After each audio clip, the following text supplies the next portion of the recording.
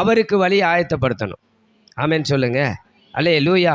ஆமென். அவர்களுக்கு இந்த யாத்திராகமம் 32:8 சொல்லுகிறது, அவர்களுக்கு நான் விதித்த வழியை, அப்படி போட்டிருக்கா? அவர்களுக்கு நான் விதித்த வழியை அவர்கள் சீக்கிரமாக சொல்லுங்க, சீக்கிரமாய் விட்டு விலகினார்கள். இன்றைக்கு எத்தனை பேர் வழியை விட்டு விலகுகிறார்கள்? ஆமாவா? கர்த்தர் நமக்கு விதித்த வழியை விட்டு விலகுகிற ஒரு கிரியைகள் இருக்குமானால், இன்றைக்கு தேவ பிள்ளைகளே, ஆண்டவரே நான் அந்த வழியில் நான் திரும்ப வர விரும்புகிறேன். நான் உமக்கு வழியை ஆயத்தப்படுத்துறதுக்கு முன்னால் என் வழியை நான் ஆயத்தப்படுத்த நான் விரும்புகிறேன்னு எத்தனை பேர் சொல்கிறீங்க? ஒரு விஷயம் கண்களை மூடி வலது கரத்தை உயர்த்தி சொல்லுங்கள், ஆண்டவரே நீர் விதித்த வழியை, நீர் காண்பிக்கிற வழியை நான் விட்டு விலகாதபடி எனக்கு உதவி செய்யும், எனக்கு உதவி செய்யும். இந்த சிலுவை தியான கூட்டத்தில் என் வழிகளை நான் ஆராய்ந்து பார்க்கிறேன். சொல்லுங்கள், என் வழிகளை நான் ஆராய்ந்து பார்க்கிறேன். உமக்கு வழியை ஆயத்தப்படுத்துவதற்கு முன்பாக என் வழியை நான் ஆராய்ந்து பார்க்கிறேன். நீர் எனக்கு காண்பிக்கிற வழியை நான் சீக்கிரமாய் விட்டு விலகாதபடி உம்முடைய வழியிலே நடக்க எனக்கு கிருபை தாரும், எனக்கு கிருபை தாரும், இயேசுவின் நாமத்தில் ஆமென். சோதித்து ஆராய்ந்து நம்முடைய வழிகளை கர்த்தரிடத்தில் திரும்புவோம். அல்லேலூயா.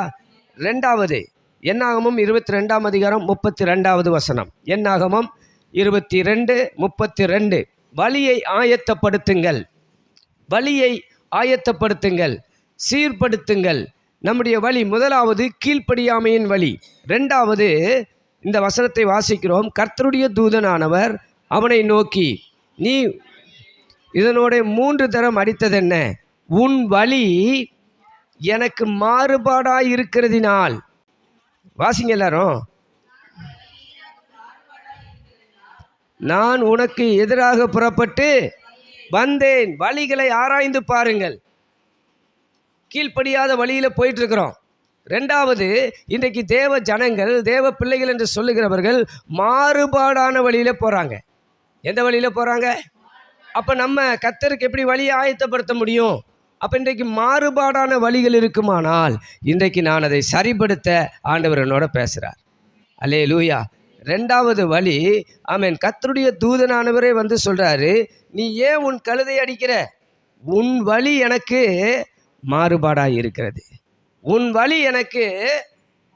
எத்தனை பேர் இன்னைக்கு மாறுபாடாக வாழ்ந்துட்டு இருக்கிறாங்க? ஆமாவா? இன்றைக்கு தேவ பிள்ளைகளே, நீங்களும் நானும் இந்த மாறுபாடான வழியை விட்டு வந்தால் தான் கர்த்தருக்கு வழியை ஆயத்தப்படுத்த முடியும். அல்லேலூயா. நான் மாறுபாடான வாழ்க்கை, நான் இஷ்டம் போல், நான் என்னுடைய சுயத்தின்படி நான் இஷ்டம் போல் நான் வாழ்ந்து